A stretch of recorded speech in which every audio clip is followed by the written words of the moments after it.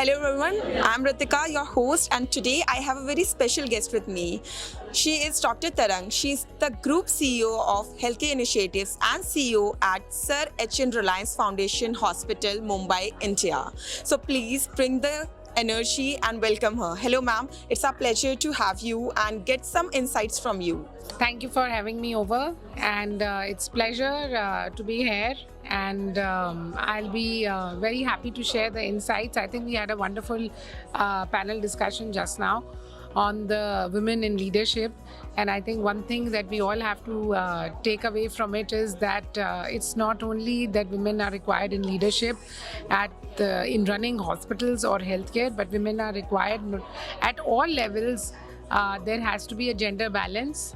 I always sustain that point that there has to be a gender balance in everything that we do, whether it is even nursing care, whether it is laboratory work, whether it is taking care of patients as doctors, or in any area, there has to be a gender balance. And one thing that all women should feel is that they are not less to anyone. They are equal to everybody, and they can be the change also. They can make difference also.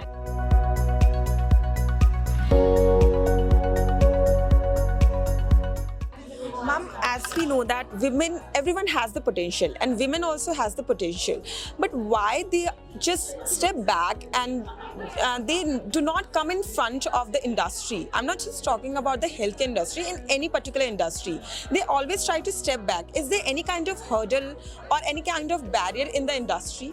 I think culturally also we have always been told to be not be in a forefront or not be in the driving seat, as they always say. So I think that is something which goes from one generation to the other. Yes. So it's how the generation empowers the next generation. It's how my mother empowered me to have my own voice, and how I have given the wings to my daughter to fly, because I tell her that there is no sky for your limits. You will go beyond the skies. So I think it is something that how we drive our generations, that is at home. And at workplace, it is how we motivate and inspire other women who are working for us and motivate them to come forwards, recognize their strengths.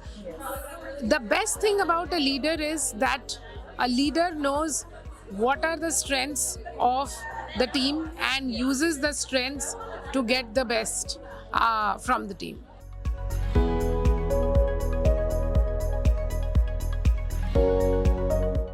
Ma'am, in the panel discussion, you said one thing like bring the change, drive the change, and sustain the change. So, could you please try to elaborate this sentence? So when I said be the change, I meant that, never hesitate. Believe in yourself, be confident, so that you can be the change yourself. You can be the person who can bring the change. When I say drive the changes, drive the change means that, we are leaders, we know how to be the change, but we need to drive it for the whole organization, for the whole, like a city, for a state or a country. Then in that situation, if you have to drive the change, you need to have a team. You need to have a team with equal balance of people, with thoughts which are aligned with you, resonate with you, to drive the change. And when I say sustain the change means you have to not only inspire and other aspiring leaders, but you have to be a mentor to those leaders. You need to know that what is there today will not be there tomorrow. Yes. So you are the one who has to create those leaders for tomorrow. And that's the way you sustain the change.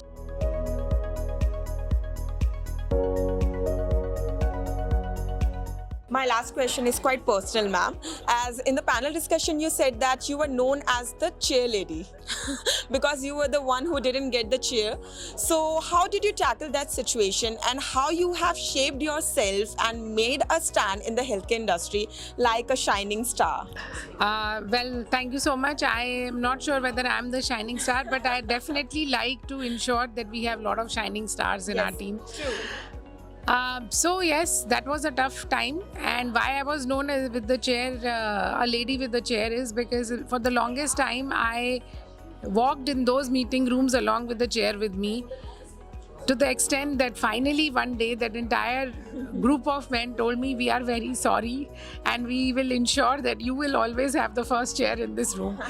I think it's not always about fighting for your rights, but it is also standing up for your rights that is important. By fighting, we do not always achieve. I would have lost my temper. I would have, said something wrong to those people on that particular day. But I said, why should I do that? Let me create my own space on the table and let me create my own voice, and let me also make sure that my voice makes sense and change. Thank you so much, ma'am, for this insightful conversation. And I hope all the women who are outside there will get some inspiration from this and they will come in the forefront and make the changes. Thank you so much, ma'am.